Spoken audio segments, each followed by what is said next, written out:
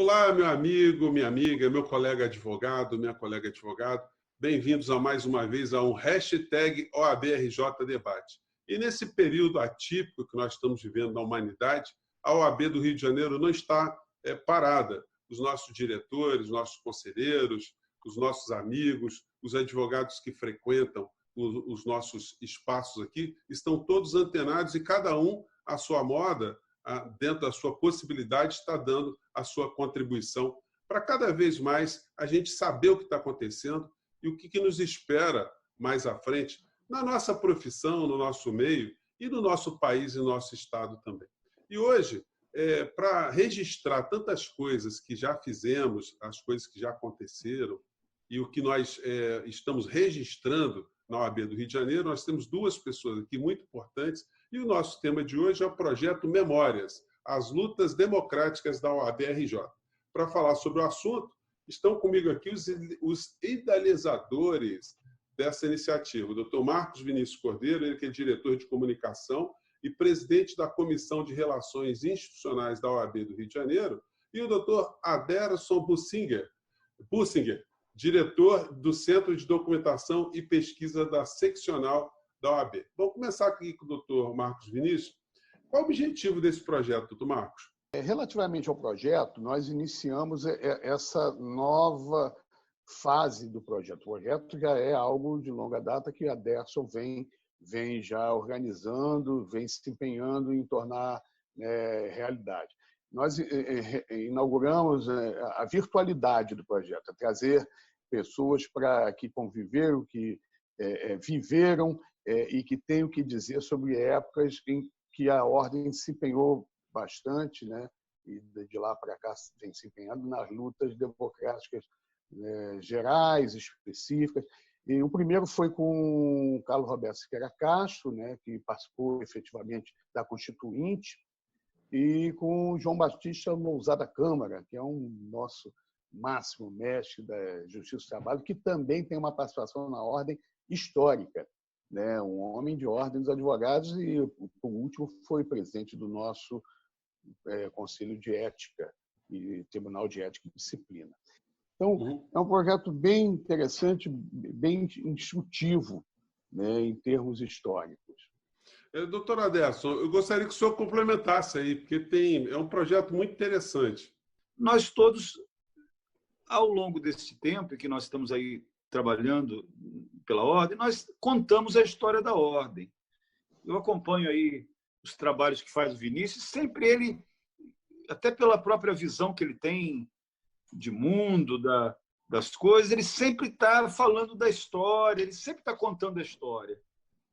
E também, se nós formos ver outras comissões aí, também elas tangenciam e estão sempre tratando um pouco da história. Mas a diferença agora, e que isso que eu quero destacar dentro do que o Vinícius colocou, Marcos Vinícius colocou, é que nós resolvemos dar corpo dar uma síntese, fazer uma síntese, concentrar um trabalho de memória através desta vertente da memória das lutas democráticas, através dessa vertente de um espaço de depoimentos, entrevistas, de contar a história da ordem sob esse prisma das lutas democráticas, que é um tema dos mais importantes. Eu costumo dizer que é o tema mãe de todos, porque sem democracia não tem advocacia, sem democracia não tem OAB, essa que é a verdade, a OAB é a primeira a ser atacada nos períodos de arbítrio. Então, é isso. Então, exatamente, o Marcos ele sintetizou melhor do que eu. Nós estamos querendo dar continuidade, aprofundar, contar a história da ordem sob esta vertente, né, da democracia, da luta democrática. Existem outras vertentes para se contar uma história. Toda história pode ser contada em diversas vertentes. Nós escolhemos essa vertente por uma maneira também, por entender muito oportuno nesse momento em que a luta, a resistência democrática no país, a ênfase aos valores democráticos, a liberdade democráticas estão colocadas aí em pauta e em prova. Então, Marcos, a luta pela democracia, né, ela tem sido permanente, como o senhor já comentou no início do nosso programa aqui. É muito importante deixar esse registro para as novas gerações. Mas o senhor, pessoalmente, tem muitas histórias do fato de ter a técnica, o advogado possuir a técnica, como uma ferramenta indispensável pela luta da democracia. Assim, eu te pegando de surpresa, que história o senhor poderia nos trazer aqui, já como a sua memória desse momento de lutas democráticas, onde um advogado, onde o exercício do direito foi vital para preservar a pessoa humana, né? Porque as novas gerações, às vezes, elas têm contato apenas com as situações dramáticas de pessoas que são presas, não por motivos políticos, por motivos de acusações criminais, e essas pessoas não têm noção do que é uma pessoa estar sendo perseguida por defender ideias, né? Eu queria que o senhor falasse um pouco disso aí. Mas olha só, Júnior, o que eu tenho de memória? Eu venho de uma família de perseguidos políticos, né? Meu avô foi preso já em 1935, naquele levante, né, da tentativa de uma revolta liderada pelo Partido Comunista e que foi reprimida com violência, inclusive, né, em cima dos principais lideranças, o Carlos Prestes. Ficou preso 10 anos, o Prestes. Nesses 10 anos, ele ficou, grande parte, incomunicável. Nesse período, a mulher dele, a Olga, foi enviada para um campo de concentração na Alemanha, né? E quem autorizou, põe-se muito assim, debita-se a conta de Getúlio, claro, teve sua participação, do Filinto Miller, claro, que era o chefe da polícia, né? Mas esse foi o Supremo Tribunal Federal, à época, que autorizou essa extradição dela. Então, meu avô foi preso, passou a temporada da prisão na Ilha Grande, onde conheceu o grande Graciliano Ramos, que o cita no livro Memória do Cárcere. E depois, em 64, meu avô também voltou a ser perseguido, e meu pai também, e meu pai acabou preso em 69. Aí entra a figura extraordinária de Modesto da Silveira, né, e da Rosa também, que era assistente dele. E sem falar da Rosa, bem lembrado. Puxa. Bem lembrado. Ela virá nesse. E Modesto, aliando claro, a percepção política, era uma militância, Modesto era um militante do partido, e a técnica, né, que ele aprendida a destempo. O Modesto veio de uma família de camponeses. Ele vai se instruir, vai se tornar o que ele se tornou, o grande advogado, a grande cabeça, né? Já mais tarde. Ele entrou antes para a Marinha. Ele entrou na Marinha antes. Isso, eu lembro. Isso, ele tem no depoimento dele. Esteve na Marinha antes, e ele mesmo dizia, ele só foi causar o primeiro sapato já quase adolescente. Então, entra Modesto imediatamente age em favor da libertação do meu pai, enquanto ele estava no DOPS ainda, em Niterói. Porque ali era a antessala, né? Os DOPS eram a antessala. Do DOPS é para o DOI-CODE.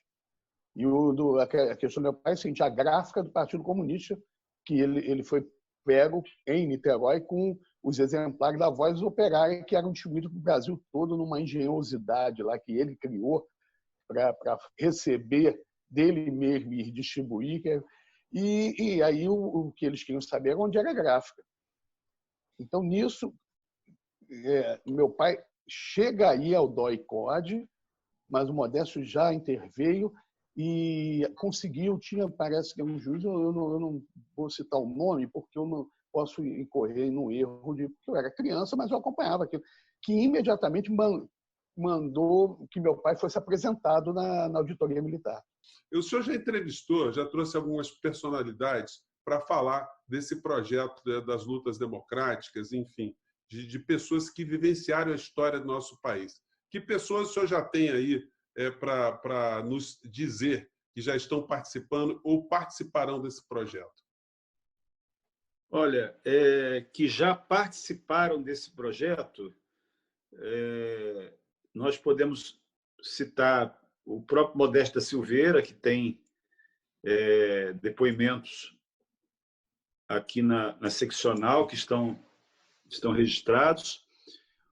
O Bernardo Cabral, que foi relator da Constituinte, gravou um importante depoimento com o Alexandre Pena, aí do audiovisual, que ele, inclusive, que faz parte de um trabalho que ele desenvolve sobre a Constituinte. Marcelo Cerqueira, nós fizemos uma entrevista na casa dele, inclusive, pela situação de saúde em que ele se encontra. É um registro muito importante que nós temos. A Dirce Treich, né? Que foi advogada, falecida advogada de presos políticos, junto com Modesta Silveira, Heleno Fragoso. Nós também fizemos um depoimento muito importante dela, que está registrado. O filho do Adoc Lobo, que o filho dele é integrante do IAB, fez também um registro sobre o pai muito importante. Eu citaria, assim, no primeiro momento, esses registros que nós temos. E também, ao nível das subseções, eu não guardo os nomes aqui, mas nós tivemos, a nível de algumas subseções da OAB do interior, depoimentos importantes de muitos advogados que, de forma anônima, tiveram um papel muito grande de resistência nessas localidades. Em Itaperuna, nós fizemos uma entrevista importante. Então, citando aqui Itaperuna, Duque de Caxias, o presidente da OAB de Duque de Caxias, em 73, que foi Wellington Cantal, que foi preso, torturado, depois enviado para São Paulo. Até hoje tem sequelas no corpo, ele mora em São Paulo. Hoje esse depoimento foi muito emocionante, porque, na verdade, nós descobrimos o Wellington Cantal em São Paulo, fazendo pesquisas, e tivemos uma entrevista e depois um encontro com ele também. Ele faz parte do nosso registro. Mas há muito o que se fazer, há muito mesmo, muito o que se registrar.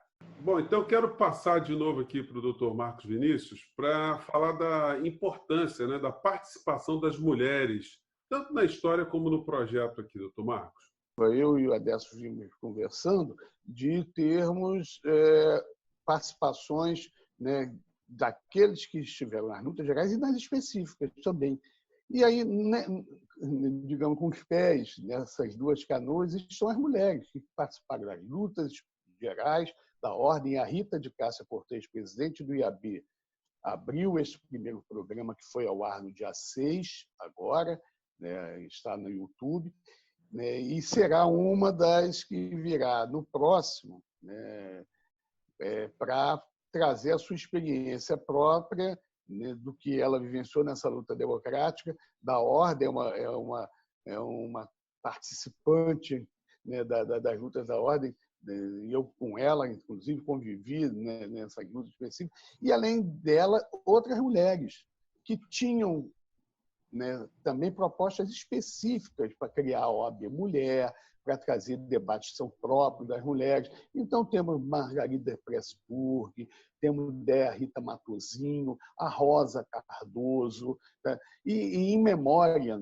e certamente vamos rememorar muito, é uma figura extraordinária que nos deixou, Joselice Aleluia, que foi uma grande participante, uma grande guerreira, né? O Adécio está aí. Então, essa é a ideia. Não é a mulher, o Neu, não. São as lutas específicas que nós temos dentro da luta geral pela democracia, que todos contribuíram. É educativo. Nós estamos fazendo um trabalho pedagógico. Olha só o que tem que se saber, o que tem que se aprender, para que isso não volte a ocorrer. Que, neste momento, ronda, né, o espectro que nos ronda é o espectro de um atraso, de um viés fascista, em vários, despontado por viés fascista.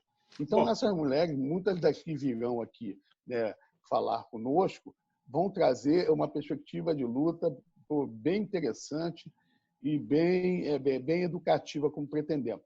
E deixa eu falar uma coisa, Júnior, essa ideia é uma ideia de que a Ordem tem um papel contínuo, né? que poderíamos só tratar disso como história, mas infelizmente não, temos que tratar como realidade. E aí eu estava lembrando, eu vou até exibir aqui, em 1982 a Ordem lançou esta revista aqui sobre direitos humanos. Eu participei dessa revista porque é uma outra história. Eu fui funcionário da Ordem do setor, do Departamento de Comunicação. E aí lançou essa de comunicação. Eu estou aqui como secretário administrativo, porque eu não era jornalista. Que honra, hein, Marcos Vinícius? Que honra você depois veio dirigir o departamento, hein? É verdade. Que coisa, né? Como é a vida. E o que isso demonstra? Nós ainda hoje falamos de direitos humanos. Olha que atraso, que sociedade atrasada, que sociedade, né, de uma elite absolutamente retrógrada. Enquanto estivermos aqui, enquanto a Ordem estiver, né, com seus batalhões de advogados, são milhões, né? Milhões, nós já passamos na casa de 1 milhão. Eles não passarão. Eu acho que é essa a mensagem. Uhum. Olha, gente, eu quero aqui dar o meu depoimento, né, do momento importante que é a gente ter uma ferramenta de comunicação para falar de democracia, sobretudo falar para o jovem advogado, falar para você que é advogado, que está na batalha do dia a dia, você está lutando, sempre uma luta muito inglória, porque você está defendendo o direito de outras pessoas. Você tem uma dupla aflição, porque o resultado do seu trabalho não depende exclusivamente de você. Você faz o melhor, mas será um juiz que irá julgar todo o teu esforço, todo o seu conhecimento. E num país onde os conceitos estão muito fluidos hoje, é muito importante que a gente tenha a defesa da democracia e a defesa de princípios. Eu estou com 2 baluartes da advocacia contemporânea nossa aqui, doutor Marcos Vinícius, doutor Aderson, pessoas que têm essa consciência e querem transmitir para você, meu querido jovem advogado, minha jovem advogada, você que está navegando pela internet, chegou até a gente aqui, nós queremos que cada vez as nossas palavras a favor do bem, a favor da democracia, elas cheguem mais longe. Eu quero agradecer muito a presença do Dr. Marcos Vinícius Cordeiro, ele que é diretor de comunicação e presidente da Comissão de Relações Institucionais da OAB, e o Dr. Aderson Bussinger, ele que é diretor do Centro de Documentação e Pesquisa da nossa seccional. Mais uma vez, muito obrigado. Vocês, advogados, vocês estão navegando, participe sempre dos eventos da OAB na internet, visite sempre o site da OAB, no YouTube também, procure sempre os nossos advogados, procure o que eles têm a dizer, porque nós estamos num processo civilizatório e a advocacia é uma ferramenta fundamental. Muito obrigado, doutor Marcos Vinícius, muito obrigado, doutor Aderson, e até o nosso próximo encontro. Tchau, gente.